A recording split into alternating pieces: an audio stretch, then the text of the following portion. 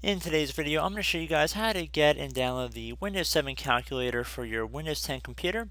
So I don't know about you guys, but if you decide to open up the calculator on your computer and the Windows Store app, it's definitely not, at least in my opinion, as appealing as the earlier versions of the calculator. So in this tutorial, I'm going to be showing you guys how to get the Arrow-inspired calculator back. So we're going to jump right into it, and I'm going to have a link to this website in the description of the video. And you basically want to just download the old calculator for Windows 10 from Windows 7 or Windows 8. Select this hyperlink here, and it should be a pretty quick download. It's a zip file. You want to open that up,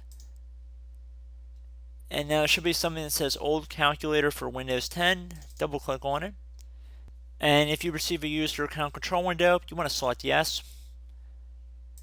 It says install language. Make sure you select the correct language. Click on OK. Then select install, click finish, and there we go, guys. We open up the start menu, type in calc. We see underneath apps we have something that says calculator here.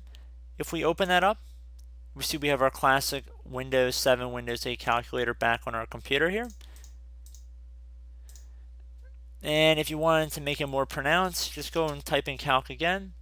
Best match should say calculator right above desktop app. Right click on it, and you can pin it to the start menu or the taskbar. So let's say we pin it to start, and we open up the start menu. We see it's pinned right down here. All you have to do is just click on it to open it up. And you can also go a little further and create a desktop shortcut. I don't know how often you guys really want to do that, but it's very easy to do, and I do hope this brief video was able to help you guys out, gave you a little hope for the day. And as always, thank you for watching, and I will catch you in the next tutorial. Goodbye.